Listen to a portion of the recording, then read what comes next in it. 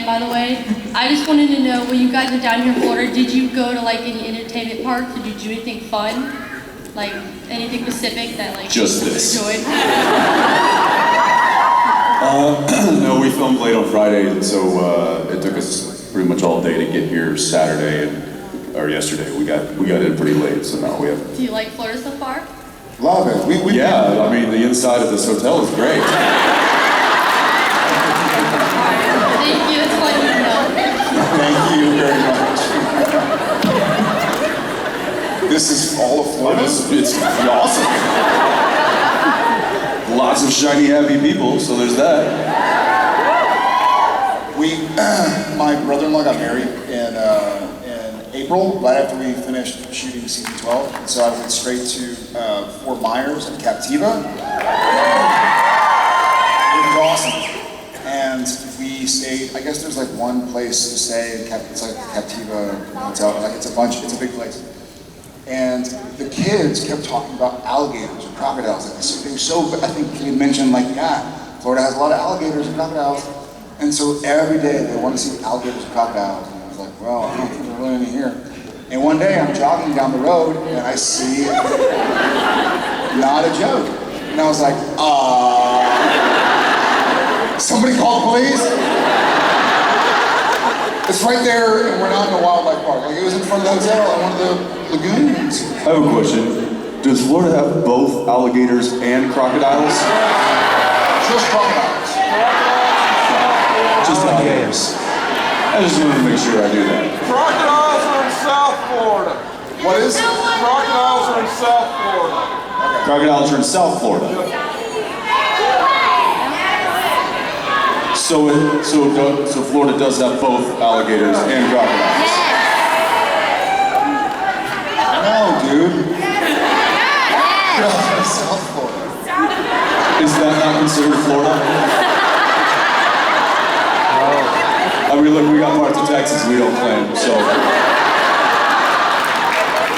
I get it. Fair enough. Anyways, I saw a crocodile. No, that's not Florida. That's South Florida. I like that. Different state, different country. I like that. That's a good Besides, they got crocodiles down there. No need. It sounds like something I would say. Like, no, not in Texas. We don't have any Aggies in Texas. Just in College Station. Well, that's part of Texas. You're an Aggie? Woo! I forgive you. Thank you for your question. Hi. Hey, brother. Hi, my name's Skyler. Just want to let you guys know that throughout Supernatural, when I was watching it, there was many extraordinary moments that were just parallel to my own life. And it was able to help me get through some pretty tough times, so I wanted to thank you guys for that. Thank you, Skyler. I was afraid you'd say, like, a Wendigo killed your friend or something. No, nothing like that. Got it. Good to know. My question for you guys is, were any moments when you guys were acting as the characters through some intense scenes where it would carry over into your normal lives? Great question, Skyler. There's certain times when they yell cut that you're not necessarily able to just stop. Especially if it's a big emotional scene. Because you're essentially tricking your body into reacting as though the emotions are real. And so your body is reacting accordingly. And that's hard to turn off if you've ever got really emotional about something. You know that even when you try to stop yourself from getting there, it almost makes it come on even more. So that's those are sometimes hard to stop when they yell cut. You maybe have to take a walk and shake it off, kind of a thing. But as far as the character bleeding over into our lives, we've been doing this for so long that we've got pretty good at separating, real from fiction. That having been said, I mean, I feel like earlier in my private meet and greet, I said something, and I think I realized that when my first day of work this year, I think Supernatural started filming on the 4th or something. We came back on the 7th or 8th. And the first day I got to work, it was kind of funny, but they call action, we'd say our lines, and I'd be like, I gotta do that again. Like, I don't remember how to act. Like, it felt so bad. Not that I ever knew. And let me just Hey, don't. He has pockets in his shirt.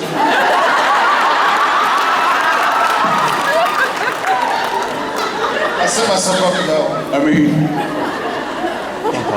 So, it was too easy, Norton. You know. but it was a sign. It was the first time I realized, it was the first time in 13 seasons of Supernatural that during a break, I was able to leave Supernatural. Like, the first episode of the season is always a little hairy because you've been off for 3 months. You're like, yeah, where were we? We have to remember where we were in April when we were filming, and now it's July. But I guess I'm trying to be a little bit, it's not specifically like if I do an episode where I'm angry, I don't go home angry, but I'm still kind of in the mindset of like, okay, I know this upcoming week, I have a stunt on Wednesday, so I need to make sure that I don't hurt my back, and I know I have this scene on Tuesday where I have a lot of dialogue that's not really connected to the other characters, so I need to memorize those lines, so they're in my head, so I'm not stressed out on Tuesday. Thursday I have a late call, so that's the day I can take my dog to the vet. Like so you're always thinking about it. It's just, this week sucked. Like we had a huge break, and this week was 5 full days, like, you know, first shot of the day to last shot of the day, 12, 13, 14 hours, whatever it was, nights, raining. It was just one of those crummy weeks. And it's hard to, you can't go home and go like, oh, I'm gonna play a video game or read a book. You're still going like, okay, God, what do I do tomorrow? I gotta get ahead of the 8 ball, so I know what to do. So I think it stays with me in that I'm in work mode. It's almost like, and we've said this before, but it's almost like if you're a football player or a basketball player and it's halftime, you don't tweet, you know what I mean? You kind of stay in the mode and go like, okay, what did I do? What do I need to do? How do I perfect? How do I get better? So I think it does affect me. And Jen every now and then will be like, hey, it's all right, you know, like take a breath, don't stress out, blah, blah, blah. And remind me to be more present sometimes. Poor girl. Yeah, thanks, man. Let me just paint you a picture real quick. The first day back this season. If you go back and watch the first episode, the first thing that we did day 1 back from our break was the driving sequence of us in the car having a conversation. We tried something that we've never done before. So for those of you who've heard me tell the story, bear with me. It was a car, so I was free driving the Impala. Jared's sitting in the front seat. And then there's another vehicle with a massive camera crane attached to its roof that is driving around us with the crane swinging in the arm and the camera. There's like technicians all inside the car. There's a focus puller, there's the crane operator, there's the camera operator, there's the DP, there's the driver, the sound mixer, and we're on a very small 2-lane highway. And I'm driving, trying to keep it at a consistent pace so that this camera car can roam around me and behind and move. And to be even more specific, we're not on any 2-lane highway like out in the middle of nowhere. We're on the old highway that went from Vancouver to Whistler that they abandoned to build the new one because it was too dangerous, too many blind curves. So to the right, the original was like highway just cliff to death.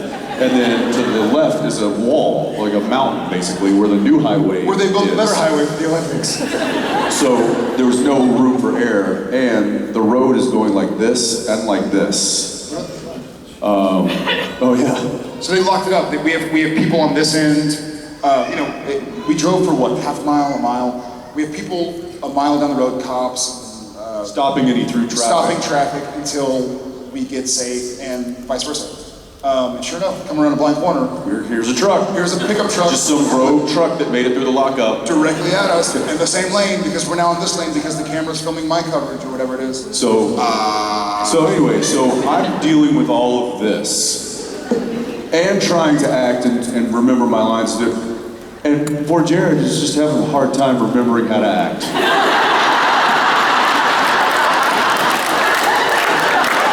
It's hard to act if you're a crappy driver. Literally just sitting in the front seat, staring out the window going, my line. I have I've got a camera 5 inches from my fender, and I'm trying to contain a speed of like 25 miles an hour while I'm going up and down hills, which is not easy. Never done this before either. First time in 13 years that we've ever worked with this stunt car. Genius over here, can't remember his lines. It's Guess they didn't teach you that in Latin class, did It's they? about the lines.